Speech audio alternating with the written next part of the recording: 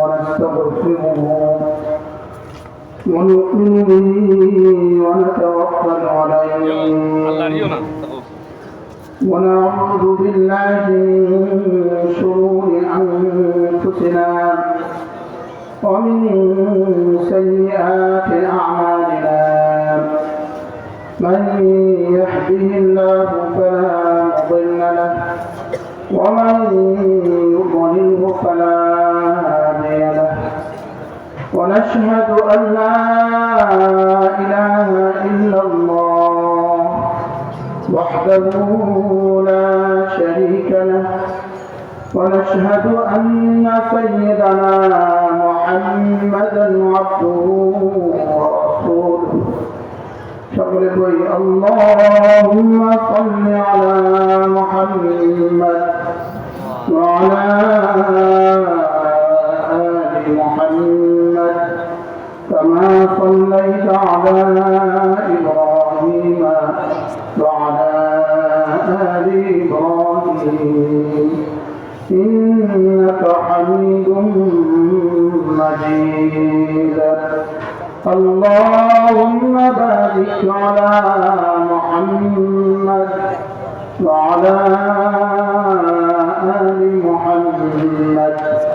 كما باركت على إبراهيم وعلى آل إبراهيم إنك حميد مجيد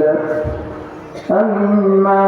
بعد فأعوذ بالله من الشيطان الرجيم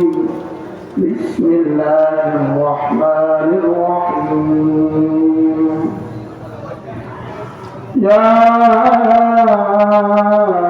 أيها الذين آمنوا اذكروا الله ذكرا كثيرا وسبحوه بكرة وأصيلا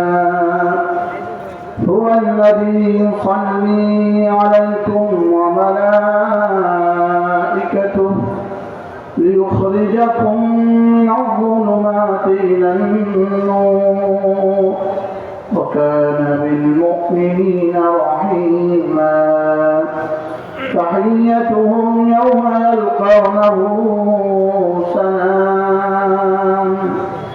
وأعد لهم أجرا كريما صدق الله مولانا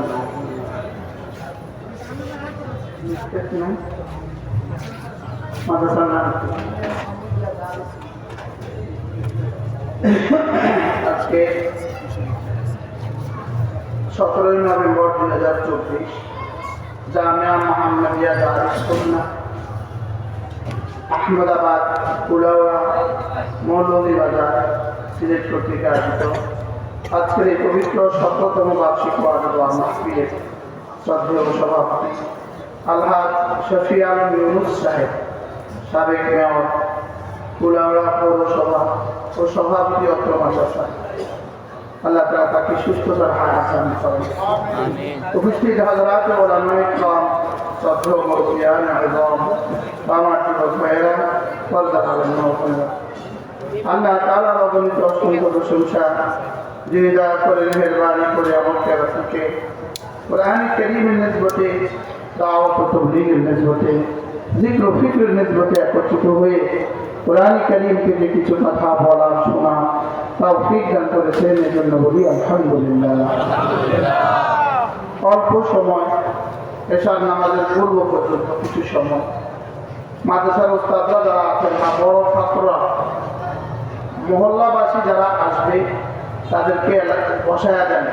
প্রয়োজনে আমাদের না যারা হেফজখানার ছাত্রগুলোকে ভিতরে নিয়ে নেন। মহল্লার মানুষ বয়ান শোনার বেশি হকদার, বেশি প্রয়োজন। আমাদের না জেলা নুরানি ছাত্ররা তো আলহামদুলিল্লাহ আছে, ওরা তো আছে,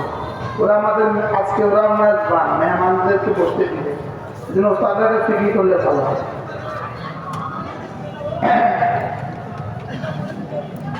গেছে কেউ ওদেরকে বসান, মহল্লাবাসীকে বসান, ছাত্রগুলোকে উঠান। আপনাদের সামনে আমি আমার কোরআন কারীমের